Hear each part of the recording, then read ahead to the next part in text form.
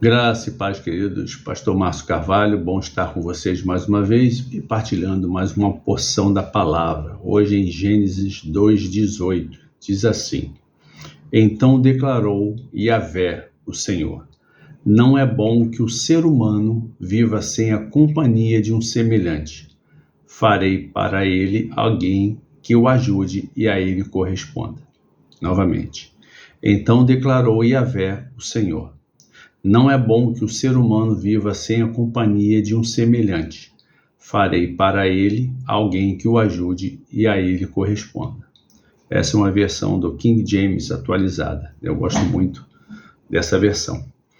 Qual é o tema aqui da nossa palavra? Nós vamos tentar dividir essa palavra em 3 blocos.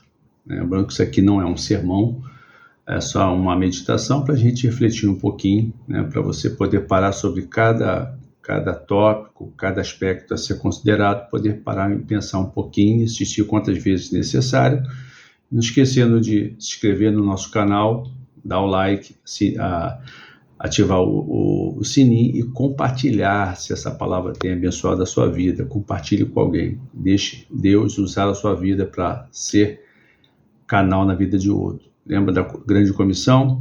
Ide, pregai. Então, partilhando, você também está ajudando a alcançar a outras pessoas. Muito bem, o tema da nossa palavra aqui será: Nada é tão bom que não possa melhorar.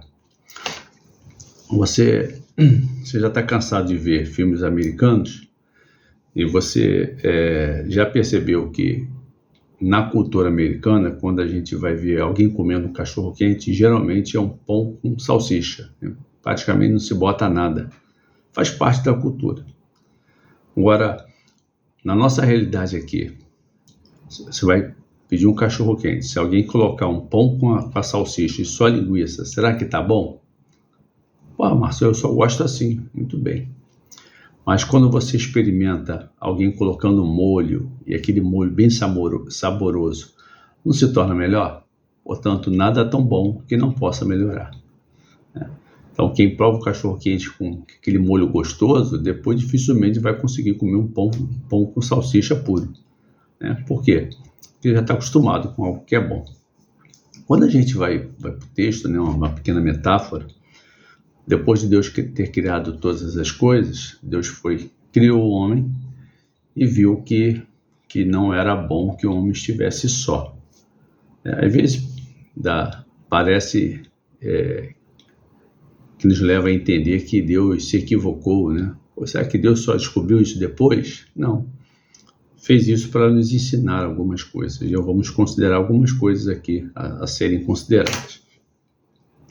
Primeiro que o texto vai mostrando que quando Deus olha para Adão, vê em Adão uma falta. Que falta é essa?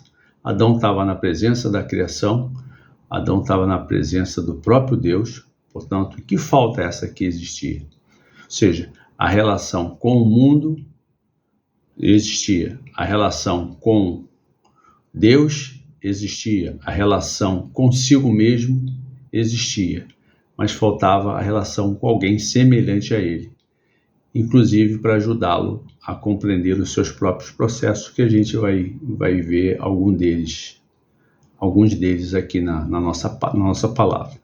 Primeiro aspecto a ser considerado é que nós fomos criados para nos relacionar.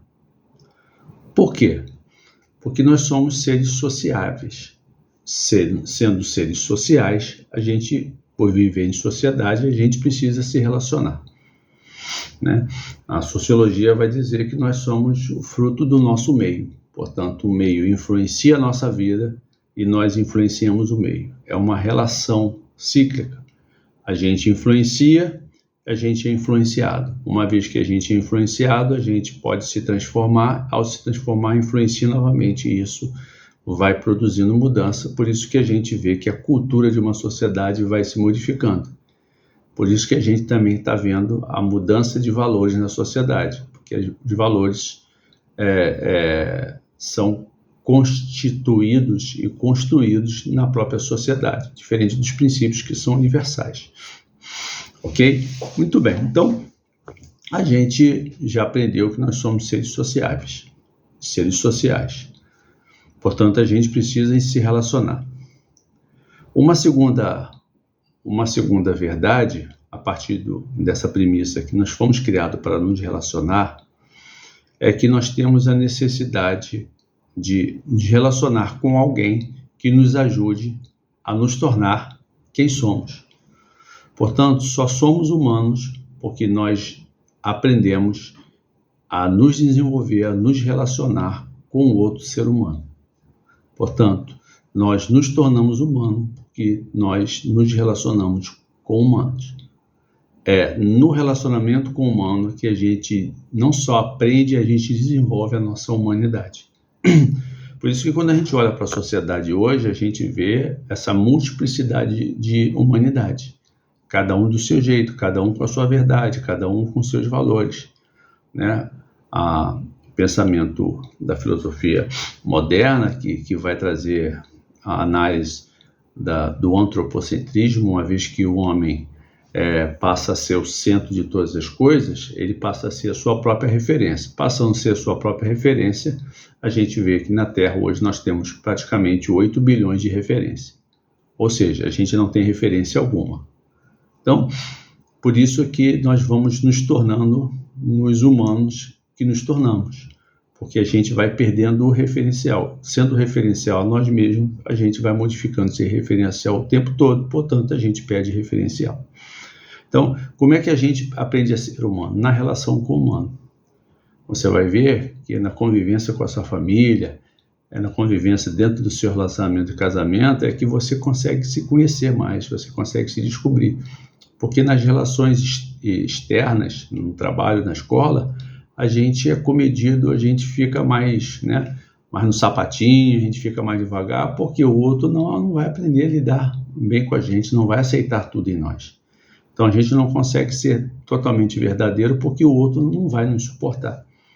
Então, a partir dessas relações humanas é que a gente vai aprendendo a ser humano. E a gente vai, a partir desses referenciais saudáveis ou adoecidos, é que nós vamos nos tornando semelhantes ou diferenciados.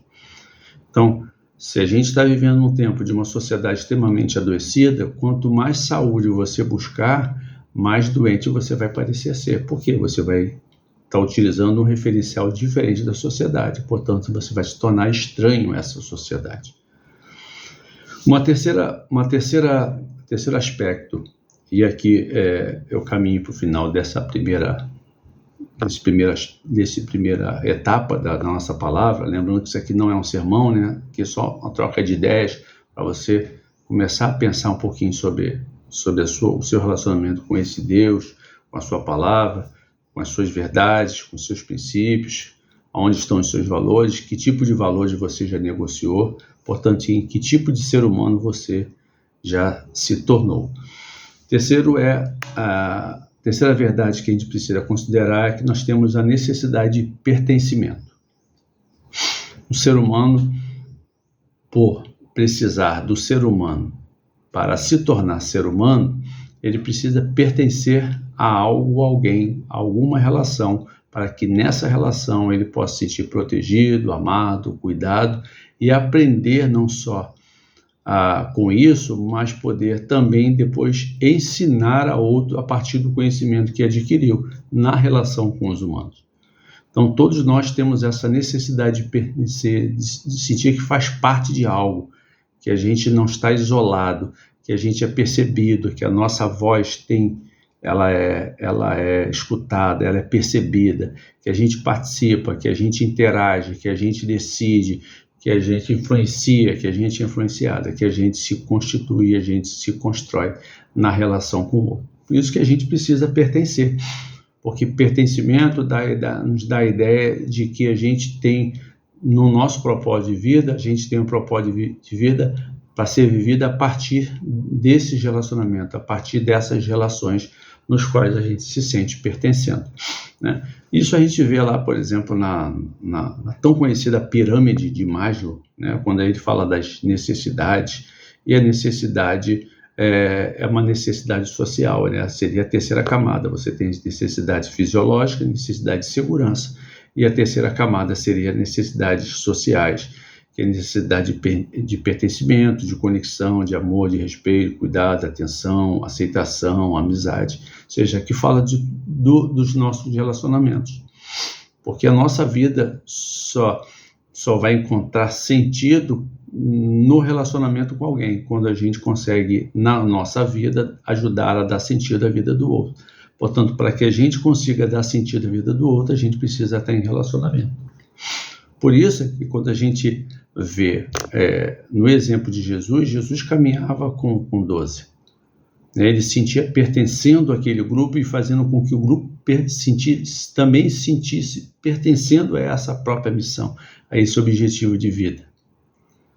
Jesus se relacionava com eles com Jesus, sentindo que pertenciam àquele grupo, pertenciam àquele propósito, àquela missão, e ajudando para que eles pudessem, no relacionamento com tantos outros, dar sentido à vida dos outros através da missão do Evangelho, da grande comissão de levar a graça bendita Salvador de Jesus para transformar a vida das pessoas numa vida qualitativa, de reconexão com Deus, de salvação, de busca do perdido. Então, todos nós, de alguma forma, temos necessidade de pertencimento. Por isso que a gente, às vezes, está em algum lugar, por exemplo, se você está dentro da sua igreja e você não faz parte de nenhuma atividade, você entra e sai da igreja e, às vezes, mal as pessoas falam com você porque você se torna quase um estranho. Porque você não está envolvido com nada. Não estando envolvido com nada, você não faz parte de nada. E aí não se sente pertencendo, embora frequente. Mas quando você começa a interagir, começa a participar das atividades, envolvendo o ministério, alguma ação, você está num grupo junto com outros no cumprimento daquela missão. E você passa a pertencer, sentir que faz parte. As pessoas interagem com você, as pessoas conversam com você, as pessoas ouvem você, você fala com as pessoas, você trabalha junto com as pessoas, você está sendo útil, você está cumprindo sua missão, você está cumprindo seu propósito, você está encontrando sentido de vida na relação com outros que são iguais. Por isso, na nossa necessidade de pertencer, nossa necessidade de nos relacionar com o ser humano, porque nessa relação com o ser humano, nós aprendemos o que é ser humano.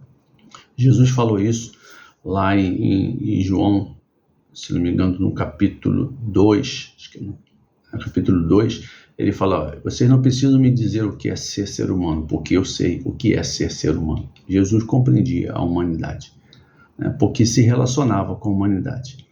Então, essa vai ficar aqui a nossa primeira parte, e daqui a pouco eu volto para a gente falar sobre a segunda parte. Lembrando, nada é tão bom que não possa melhorar. Porque assim disse o Senhor, não é bom que o homem esteja só. O homem precisa se relacionar, porque é na relação que ele consegue se reconhecer. Se reconhecendo, vai identificar o que precisa ser melhor e vai poder melhorar e se transformar em alguém e numa vida que possa e que deseja ser vivida. Um abraço, gente. Daqui a pouco eu volto.